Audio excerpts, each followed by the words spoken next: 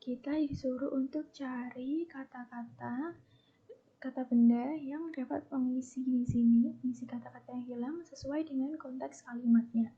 Coba kita terjemahkan dulu.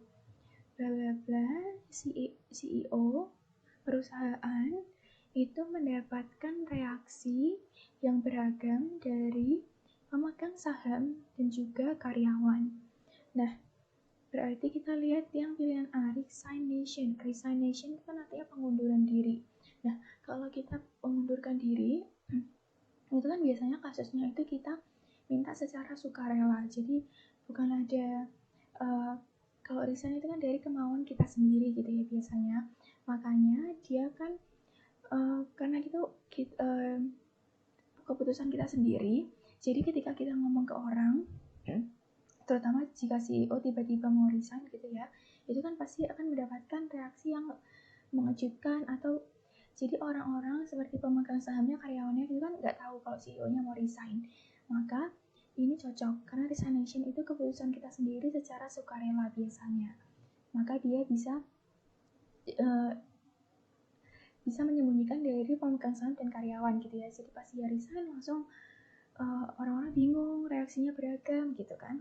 Nah, kalau yang B, promotion atau promosi. Nah, kalau promosi, kalau misal dalam kerjaan kita mempromosikan seseorang, itu kan biasanya udah didiskus atau sudah didiskusikan dengan orang lain. Nah, kalau dalam kalimat ini juga ya, CEO itu kan tidak mungkin dipromosikan karena itu sudah paling atas kan.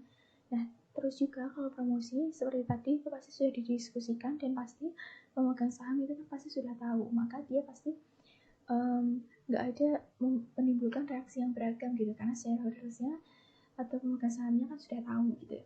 Kalau yang C, demotion, penurunan pangkat juga sama.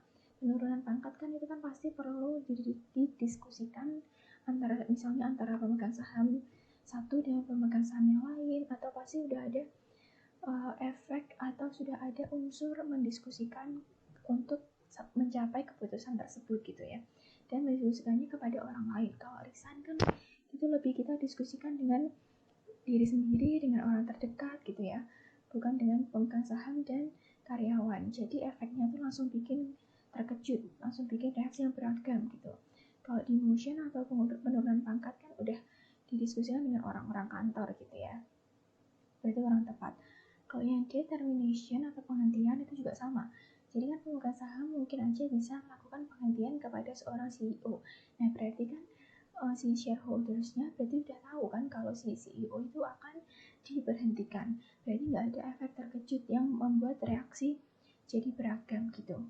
Maka nomor 24 yang paling cocok dengan konteksnya adalah resignation atau pengunduran diri.